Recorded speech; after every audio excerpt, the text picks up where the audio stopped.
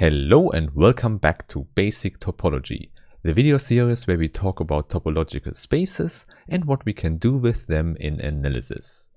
And indeed, in today's part 8, we will talk about some very important spaces in applications, namely so-called locally compact Hausdorff spaces. And since we already know what Hausdorff spaces are, now we have to discuss what locally compact means. However, before we go into the definition, I first want to thank all the nice people who support this channel on Steady, here on YouTube or via other means. And please don't forget, with a membership on Steady or Patreon, you can access a lot of additional material for the videos. For example, I have books, PDF versions and quizzes to download. Okay, then let's go to the notion locally compact, which might already be self-explanatory.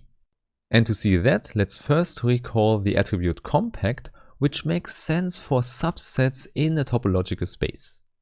This means a given subset of X is either compact or not compact. Hence, the whole topological space X as a subset can also be compact depending on the topological space. Obviously, these would be very special topological spaces, but anyway, we can look at some examples. Indeed, by looking at the standard topology on the real number line, we already see a lot. So for example, we could take the topological space given by the unit interval with the standard topology. So please recall, this is the topology induced by the absolute value as a metric on the unit interval. So in fact, just the standard way to define open sets of the unit interval. However, in that case, X as the unit interval is an open set with respect to this topology. This is always important, the whole space is always an open set. But moreover, the whole space is also a compact set here. Hence, in that case, we actually have a compact topological space.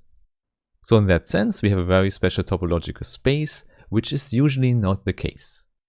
So for example, if we take the whole real number line together with the standard topology, then R is definitely not a compact set.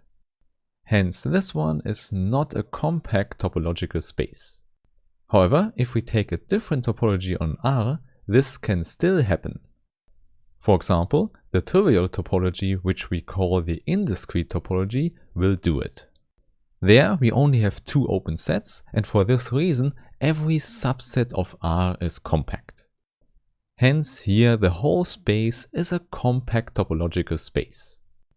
And as you can see, this is a strong requirement, something we would call globally compact. And now in the next step we want to weaken this requirement and just talk about locally compact topological spaces. So the question here is, what does it mean that the space itself is locally compact?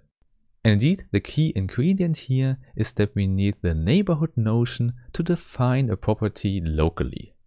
So roughly speaking, a topological space Xt is called locally compact if it has enough compact neighborhoods. So this means no matter which point X we take, we always find a neighborhood of X that is compact. So there please recall, a subset is called a neighborhood of X if it contains an open set that also contains X. So in the picture this is quite simple, just consider a topological space capital X, and then we can just take any element X from it. And for this X we find a whole neighborhood that is also compact. This simply means that this compact set contains a whole open set that also has X as an element. Therefore, in a locally compact topological space, the neighborhood around a point X can always be described by a compact set. And indeed, this is a big advantage for every property we want to describe locally, because there we can use the compactness. And moreover, you might already know the most important example, namely the real number line here with the standard topology. Or more generally, we can also go to Rn with the standard topology. So there you should know that the Euclidean norm on Rn defines the standard topology on it. And as before, this is not a compact topological space, but a locally compact one. And this is quite easy to see because we have our epsilon balls in Rn. So more precisely, we have a ball that is centered at the point x and has radius epsilon. And the common notation we have is b epsilon of x. And for the sake of completeness, let's write down the definition. So we have all the points y in Rn that have distance less than epsilon from x. So we have x minus y in the Euclidean norm, and this should be less than epsilon. And for epsilon greater 0, this is definitely an open neighborhood of x. And now we can make it to a closed set by using the closure of this set. So this one is definitely a closed and bounded set, which means we can use the Heine-Borel theorem, which simply tells us that in Rn, closed and bounded sets are exactly the compact sets. This works in Rn with the standard topology, so here we have our compact neighborhoods. So in fact, the standard topological space we have here is actually what we want to generalize. Since it's also a Hausdorff space, it brings us to the concept of a locally compact Hausdorff space. Which means we have two important ingredients here. On the one hand, we can always separate 2 points. And on the other hand, for each point we can even find a compact neighborhood. And now the thing is that every metric space is a nice Hausdorff space, but in general not locally compact. So in that sense, we don't completely generalize the concept of a metric space with a locally compact Hausdorff space.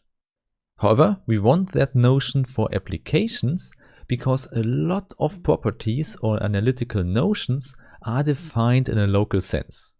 So for example, continuity at a point or differentiability at a point are always defined just in a neighborhood around this point x.